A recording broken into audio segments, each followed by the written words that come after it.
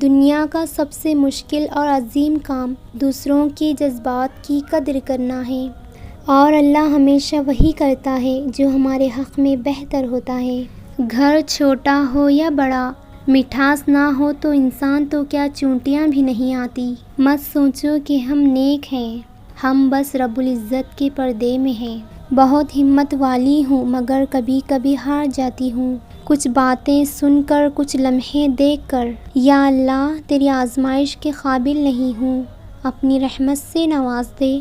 کبھی کبھی بولنے والے بس ایک بار بول دیتے ہیں، سننے والے کو وہ الفاظ نہ جانے کتنی بار سنائی دیتے ہیں۔ یہی زندگی ہے، ہر سنی سنائی بات پہ یقین مت کیجیے۔ ایک کہانی کے ہمیشہ 3 پہلو ہوتے ہیں، آپ کا، ان کا اور بیچ۔ الفاظ میں کہاں آتی ہے کیفیت دل کی، محسوس جو ہوتا ہے بتایا نہیں جاتا۔ آپ کا خوش رہنا ہی آپ کے برے چاہنے والوں کے لیے سب سے بڑی سزا ہے۔ لوگ حاصل تو کر لیتے ہیں مگر قدر نہیں کرتے۔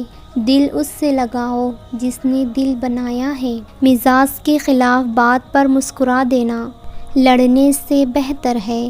گمان نہیں یقین ہے، کوئی کسی کا نہیں ہے۔ صبر کا صلہ نہیں مجھ میں یا رب العالمین، میرے دل کو اپنی رضا میں راضی کر دے۔ کچھ اذیتوں کی وضاحت الفاظ نہیں کرتے۔ لوگوں کا کیا ہے، لوگ تو زمین پر بیٹھ کر چاند پر داغ کی تہمت لگا دیتے ہیں۔ اپنے ہی سوچوں سے بڑی کوئی اذیت نہیں، تو پھر کیا ملا لوگوں سے مخلص ہو کر۔ جیسے جیسے عمر گزرتی ہے احساس ہونے لگتا ہے کہ والدین ہر چیز کے بارے میں صحیح کہتے تھے۔ وقت جب فیصلہ کرتا ہے تو گواہوں کی ضرورت نہیں پڑتی۔ زندگی کیا ہے، تمناؤں کا کھارا پانی۔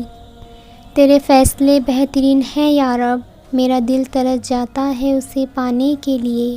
نہ محبت نہ دوستی، مجھے کچھ راز نہیں، سب ہی بدل جاتے ہیں میرے دل میں جگہ بنانے کے بعد۔